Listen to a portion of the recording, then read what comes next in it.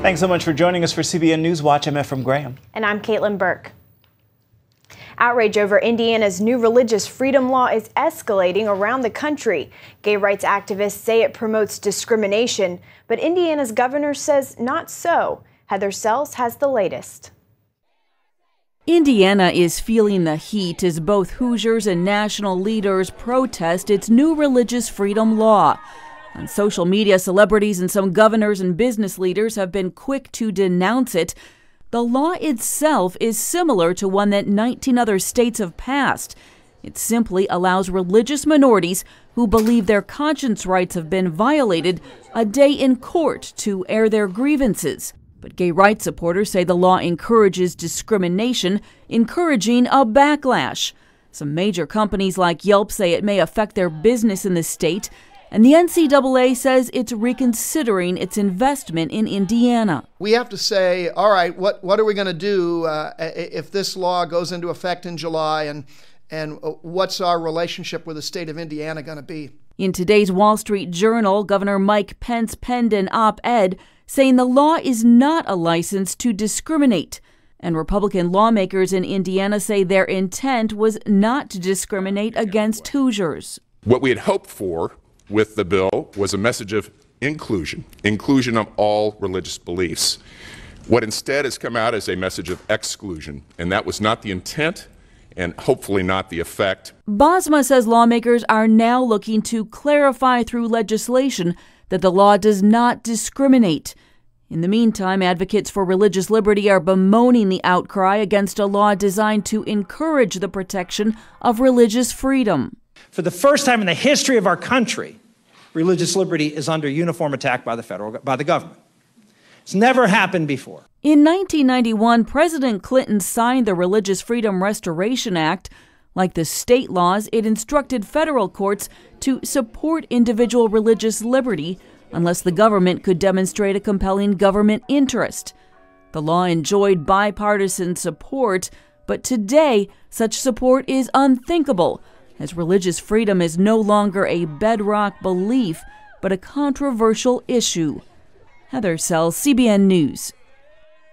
Joining us now with more is Brad Jacob, Associate Professor at Regent University School of Law. Thank you so much for being here. First of all, why is this law in Indiana causing such an uproar? It seems like 19 other states have this. The federal government has similar laws. Is this different? What is it? It's not different materially, Ephraim. It's just the world we live in today is different, and there's other things that are on people's plates that weren't before. I was part of the group that lobbied for the original Religious Freedom Restoration Act in Congress back in 1991 through 1993. We worked with the American Civil Liberties Union. We worked with People for the American Way, Americans United for Separation of Church and State, very liberal groups, along with the Southern Baptist Convention and the National Association of Evangelicals. I led the Christian Legal Society. It was an incredibly broad group. Everybody was for religious liberty. There's a federal law. There are 20 states that have laws. There are other states that give strong religious liberty protection under their state constitutions. None of this is new, and it's just because Indiana is passing a law today, like everybody else's law, that the environment is such people are saying, oh, this must be aimed at gays, this must be about discrimination. It's not different. Okay. Indiana's law extends religious liberty protection to corporations. What does that mean? Well, it means if you have a family-owned business, if you have a Hobby Lobby, if you have some kind of a corporate entity that has a religious mission, those kinds of corporations can claim free exercise protection just like anyone else, or a nonprofit organization. You know, I teach at Regent University. We're a religious nonprofit. As a nonprofit corporation, we can claim religious liberty just as you or I could as individuals. Critics say this is a blank check to discriminate. How do you respond to those critics? Well, it's not about discrimination. It's about protecting religious liberty. The cases people are mostly concerned about at this point are things like the cake baker, a Christian cake baker who doesn't want to bake a cake for a gay wedding. Those cases shouldn't be religious liberty cases at all. Those should be freedom of contract cases. Someone who's a private business person should be able to decide, unless it's on basis of race or something like that, which is a whole different issue. But as a general rule, if the African-American baker says, I don't want to bake a cake for the Ku Klux Klan rally, or the Jewish baker says, I don't want to bake a cake for the neo-Nazi party, or somebody just says, the cake you want is too complicated. I don't feel like working that hard. In America, we're supposed to have freedom of contract to decide who to work with. And so religious liberty shouldn't even be needed for a case like that. It should just be regular freedom. Real quickly, with all the outrage over this new law, what do you think will happen to legal protection for religious liberty? While will other states be discouraged from taking action? What do you think is going to happen? Well, I don't know. You know, for these 25 years, 20 plus years, there's been a strong support for religious liberty statutes. After what's happening in Indiana, I guess other states may be more reluctant to try to protect religious liberty. We're blessed that there are so many states that already have strong protection for religious freedom, but how many more are going to go down that path? It's hard to say. All right, Brad Jacob, thank you so much for your time. Much appreciated your insight. My pleasure. Thank you, Ephraim. The American Civil Liberties Union is targeting religious student groups in the state of Kansas. The Kansas Senate has passed a bill to protect those rights of the college groups, and the state's House is considering it. The ACLU says those groups should not receive student funds if they have discriminatory rules. The funds come from student fees that all students are required to contribute. The Kansas bill says groups should be allowed to follow their own religious beliefs when selecting leaders or allowing new members. New York City's mayor may have the last word when it comes to the battle over churches holding services in public schools. The U.S. Supreme Court has rejected an appeal from a small evangelical church in the Bronx. That means the appeals court ruling stands and bans worship services in public school buildings after hours. But Mayor Bill de Blasio still has the power to revoke that school policy. He did express disagreement with that policy immediately after the lower circuit court's ruling, and he has been supportive, or more supportive, of allowing faith groups to use the city's schools than was his predecessor, Michael Bloomberg. Today, the 6 world powers in nuclear negotiations with Iran say talks have entered a new phase. The deadline for the nuclear negotiations was originally today. So far, no deal has been reached.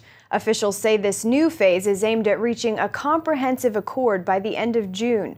The talks have already been extended twice since November. Officials say differences remain on how long Iran must limit nuclear research. Yemen is locked in a violent struggle with jihadists and tribal groups fighting to take over. While the majority of the Yemeni people follow Islam, there is a tiny Christian community. They've always lived under constant threat. George Thomas has this exclusive look at what life is like for Christians in Yemen. Life for Christians in Yemen is very hard. For that matter, across the Middle East, there's not a country where Christians are not suffering for their faith. This is our reality. Sam is from Yemen. We've blurred his face, changed his name and his voice to protect his identity. Sam was a Muslim but converted to Christianity.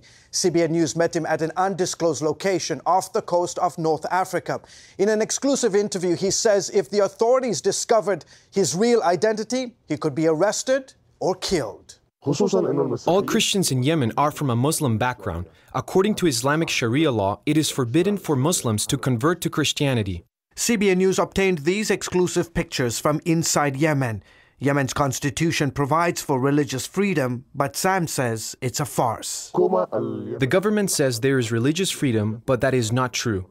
Christians are routinely harassed. They face daily struggle and persecution, first from their family members, then from the government. Some 25 million people live in Yemen. The majority follow the Sunni branch of Islam. No one knows for sure how many, but it's estimated there are a few thousand secret Christians. Can you believe in the 21st century it is impossible for any Christian in Yemen to own a Bible? The persecution of Christians is real. Dr. David Curry is with Open Doors, a group that monitors religious freedom around the world. Every year, Open Doors publishes a list of countries where Christians face the most persecution. There aren't a lot of good options right now for Christians in Yemen. It's already 14th on the World Watch List, Open Doors ranking of the most difficult places for Christians. Curry says this latest crisis involving Saudi Arabia and Iran will only make it worse for Christians there. They are caught between the ideologies of Iran and Saudi Arabia, neither of which allow the free expression of Christian faith. The Saudis, with support from these 10 countries, have started bombing Iranian-backed rebels in Yemen. The tension between the two countries has been in the making for years. Saudi Arabia, the leading Sunni power, and Iran, the leading Shia power, are struggling against each other for influence in the Middle East.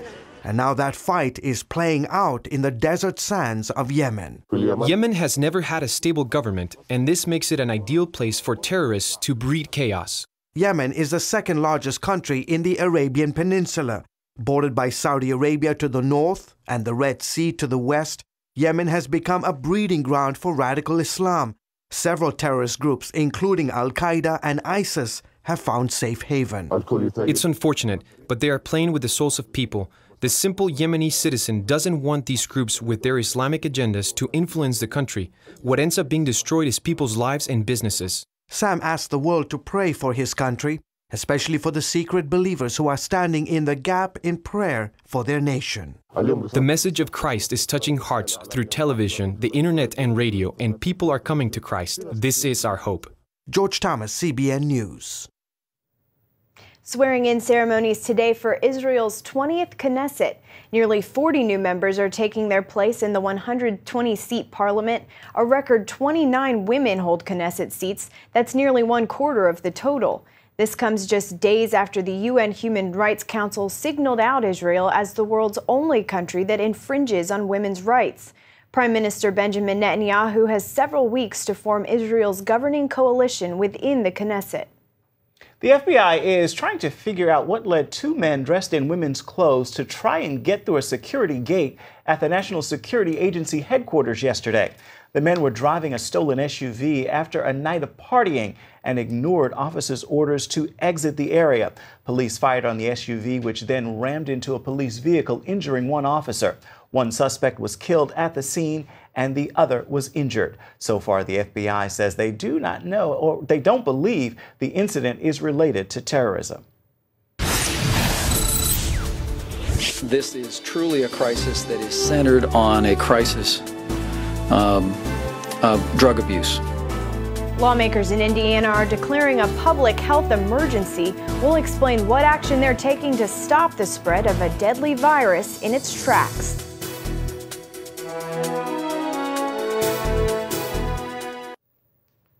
A Florida church is asking for your prayers today after one of its vans crashed into a ditch, killing 8 people and injuring 10 others. Police are still trying to find out what caused the driver to lose control of the vehicle. The driver died in that crash. It's a very tragedy circumstances, so we lost a lot of family members, the church and family. This is our church. This is all the people we love. This is all the people we know. We're very, very close, and we just ask for your prayers. The van is from the Independent Haitian Assembly of God. It was headed home after a weekend convention in Fort Myers, Florida. Indiana Governor Mike Pence declared a public health emergency because of an HIV outbreak. As Lori Johnson reports, 79 cases have been reported in one county, and that number is expected to rise. We have signed today an executive order that initiates a robust multi-agency response to stop this HIV outspread in its tracks.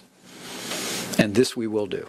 Indiana Governor Mike Pence said 100% of the HIV cases were traced to IV drug users sharing needles. There is the potential that the HIV virus will spread by other means, including sexual contact.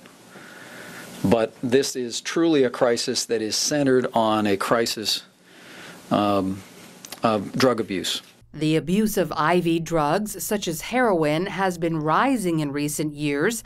Experts say many heroin addicts are former prescription painkiller addicts who switched because heroin is cheaper and easier to obtain. The governor worries there are people infected with the HIV virus who don't know it. The quickest way we can confront this virus is if people who think they may have been exposed by whatever means would simply reach out, go to the hospital, go to a clinic, and be tested.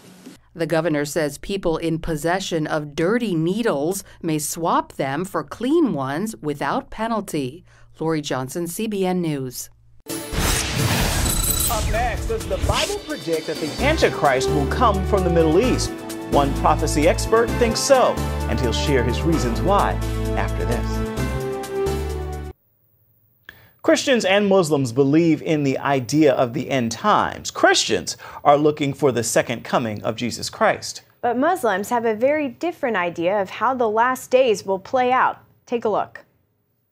Millions of Muslims around the world are awaiting the appearance of an Islamic Messiah known as the Mahdi or the 12th Imam. Various branches of Islam have differing beliefs about the Mahdi. Shiite Muslims, for example, believe their savior was once alive but disappeared and will emerge a second time from this well located in a small village in Iran. Sunni Muslims also believe in a savior, but they believe the Mahdi is Muhammad's successor and is yet to come to earth. Author Joel Richardson has written several books on how Islamic beliefs relate to biblical prophecy, and his research suggests that the Mahdi of the Muslims and the Antichrist spoken of in the Bible are the same person. In his book, Mideast Beast, Richardson argues that the Antichrist will come from the Middle East and not from Europe, as has been widely taught by many modern prophecy teachers. And the author of Mideast Beast, Joel Richardson, joins us now here in studio. Thank you so much for being here. Thanks for having me. First question, what evidence do you have that the Antichrist is actually going to rise up from the Middle East? When you look at the overwhelming testimony of biblical prophets, they repeatedly name names. They point to geographic locations, tribes, regions, peoples. Every time they are pointing to nations today that are all Middle Eastern or North African nations. The Bible is and always has been thoroughly Israel-centric. So once we understand the Israel-centricity of the Bible, then it really only makes sense that it's Israel's neighbors, that the anti-Semitic, anti-Christic armies at the end of the age come from Israel's neighbors. You theorize that the Mahdi and the Antichrist are the same person. How do you arrive at that conclusion? Well, I don't necessarily say they are the same person, but what I believe is that when you look at Islamic traditions concerning their Mahdi, their Messiah figure, he's virtually identical to what the Bible describes with regard to the Antichrist. And so a lot of people have been looking for some sort of New Age religion just to rise up suddenly out of nowhere. I believe that Satan knows biblical prophecy, and he's been preparing a large section of the world for a long time, and through their false prophecies, he's set Muslims up. And you know, as Christians, we need to have compassion for them and realize the bondage they're under, and we need to be praying for the Islamic world. Indeed. What do you see as the true nature and origin of Islam? Well, when you look at the story of Muhammad, he went into a cave, the cave of Hira, he was fasting. And this is according to Islamic sacred tradition, their stories. This dark presence came over him. It choked him. He felt like he was going to die, and it demanded of him to recite. He believed it was a demon. And this happened 3 times. It was on the 3rd time this presence was almost killing him. The words of the Quran began to flow out of his mouth. Now, he was suicidal. He believed it was a demon. He believed he was demon-possessed, but his wife, Khadijah, convinced him that he was a prophet, and convinced him to allow these experiences to continue. This is how Islam began. Do you think that we, as Americans, as Christians, fully understand those stories? No, we don't. And the problem is, here in the West, we've been hamstrung by cultural relativism. So, you know, we're taught that all cultures, religions are equal. And so it's very politically incorrect to speak critically of another religion. And we think, you know, that we're insulting a culture, and so we need to be careful. We need to be able to separate Islam, which is the ideology that binds people and is killing people, and Muslims that were created in the image of God, just like you and me, and we need to have the Father's heart for Muslims and help them to get away from Islam, because it is destroying Muslims as well as Christians and really anyone else that gets in the way. What do you think the dangers are of not doing that, not finding that compassion? Well, look, I'm convinced that Islam is the single greatest challenge that the church will face before the return of Jesus. And the church, we're about 20 years behind the curve. We need to rise to meet that challenge, and that challenge is only going to be met with the gospel. It's only going to be met missionally. Military political solutions, in the end, will fail. And the church needs to get about the business of being ambassadors for Christ and rising to a great rescue mission throughout the Islamic world. What do you think are the practical steps for someone watching, for the church, to begin this process? Well, if you go to a church that supports missionaries that are going to any part of the Islamic world, if you're not called to go yourself, then become a sender. Get behind people through finances, through prayer. Get to know Muslims in your community. Get to start loving Muslims. 85% of Muslims that became Christians say that the primary reason they became a Christian was because that Christians loved them. And so, you know, we need to get away from our fear, our prejudices, our tribalism, and we need to start reaching out to the Muslims that are all around us. Last question. What do you think the dangers are and what this would mean for the church if we don't do this, if we don't rise up? Well, I think if we don't, then there's a day of reckoning on the day of judgment. I mean, if we fail to be the light that He's called us to be, then if we, if the salt loses its saltiness, if the light loses its light, then what are we? We're a social club for self-embetterment, or whatever it may be. If we want to be the church, we don't really have an option. Indeed, indeed. Joel Richardson, thank you so much. The book is called Mideast Beast. It's available wherever books are sold on Amazon. Thank you so much for your time. Thanks for having me. Pleasure. And finally, this Tuesday, here's a message that I hope will encourage you and then inspire you to post, tag, tweet, and share. I call it my Tuesday Tweetable. Have you ever felt like you just can't make another move or you are in a hopeless situation? Well, this is not the end. So remember this. When I come to the end of my rope, Jesus is extending His hand, and that has no end. With that, make it a terrific Tuesday. That's it for now on CBN NewsWatch. You can find more of our exclusive coverage of the issues you care about most at cbnnews.com. We'd love to hear what you think about the stories you've seen here today. You can do that on Facebook or at CBN News on Twitter. Hope you'll join us again right here next time. Have a great day.